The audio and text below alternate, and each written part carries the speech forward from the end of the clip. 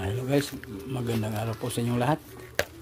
Ito po ay nagpapadisel po kami. Muna bago namin mag-umpisa sa trabaho, kailangan i-check namin ang lahat ng kailangan dito sa excavator.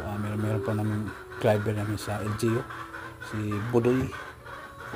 Yan po guys, ang update ngayon. Tapos pagkatapos nyan guys, ang piso na naman namin tutubig. I-check namin yung tubig, langis at iba pa.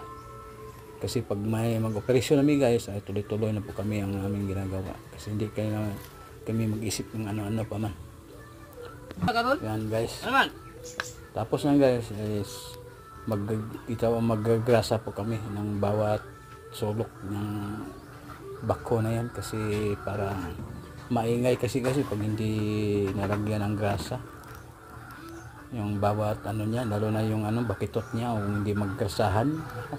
Napakaingay yan guys, nakakadisturbo sa mga tao ding lumalakad kasi maingay yan guys. Yan ang update namin guys. Pagkatapos yun guys, pagkatapos niyan guys, magtapusin mo namin yung magtatating kami dun sa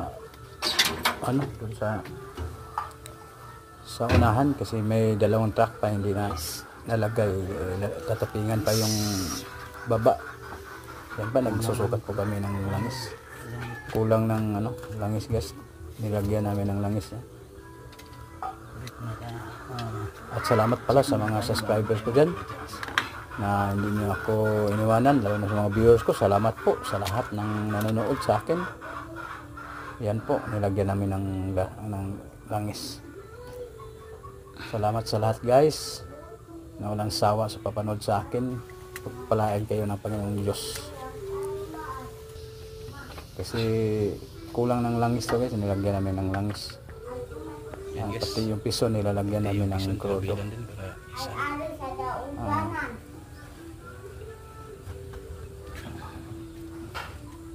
Yan guys, ang aming unit may grader pa guys.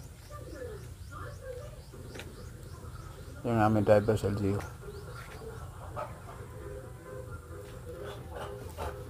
Yan.